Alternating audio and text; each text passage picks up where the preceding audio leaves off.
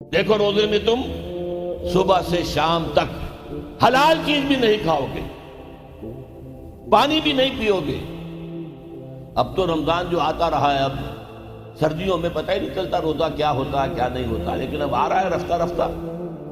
بہرحال وہ تو آتا ہے، ہر 30-33 برس کے بعد لازماً وہ سائیکل مکمل ہو جاتا ہے۔ پھر آئے گا مئی کا مہینہ، مئی کا روزہ، حلق خشک۔ آپ دفتر سے آئے ہیں، زبان باہر نکلنے کو آ رہی ہے خشکی کی وجہ سے، پیاس شدید ہے، گھر میں داخل ہوئے ہیں، فریج میں رکھا ہوا ٹھنڈا پانی بھی ہے، مشروب بھی ہے، نہیں پی سکتے، اللہ کی اجازت نہیں۔ بھوک لگی ہوئی ہے، کھا نہیں سکتے، بہترین کھانے ہیں، نہیں کھانا، اللہ کی اجازت نہیں ہے۔